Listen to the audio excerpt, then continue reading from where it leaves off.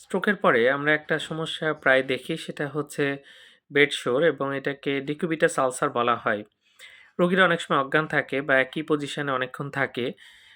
তখন দেখা যায় যে সে জায়গাতে যেখানে প্রেশার পয়েন্ট সেখানে আলসার তৈরি হয় এবং এটা কিন্তু আস্তে, আস্তে বাড়তে থাকে এবং অনেক সময় খুব ডেঞ্জারাস হয়ে যায়। আমরা স্ট্রোকের ওয়ার্ডে অনেকদিন কাজ করেছি এবং দেখেছি যে একেকটা মানুষের কি দুর্ভোগ হচ্ছে এবং সেখান থেকে অসহ্য একটা দুর্গন্ধ বের হয় এবং রোগীর অবস্থা খুব দ্রুত খারাপ হয়ে যায়।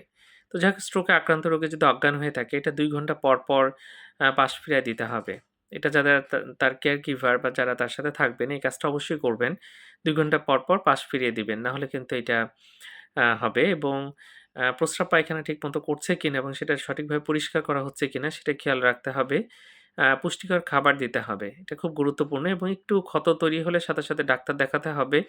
অ্যান্টিবায়োটিক লাগবে, ড্রেসিং লাগবে এবং এভাবে করলে কিন্তু রোগীরা খুব দ্রুতই সুস্থ হয়ে যাবে। কারণ এই ঘা বা আলসার যখন তৈরি হয়, ডিকুবিটাস আলসার বা বেড সোর, আমরা তখন অনেকটা হাল ছেড়ে দিয়ে থাকি।